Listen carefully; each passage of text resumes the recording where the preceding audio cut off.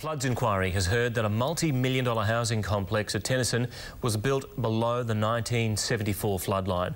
One flood victim has told of his outrage that a development completed in 2009 wasn't built to the most stringent standards. David Dunworth's luxury unit sits on the banks of the Brisbane River, but he told the Floods Inquiry he didn't bother doing a flood search when he bought the Tennyson property because he assumed such a massive project with state government involvement would be safe. He was wrong.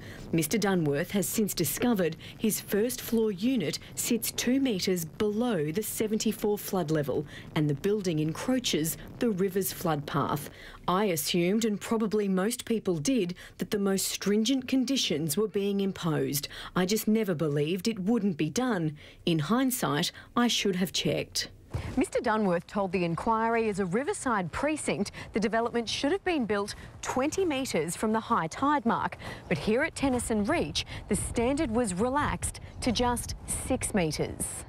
It borders the State Tennis Centre, which partially sits under the Q100 line.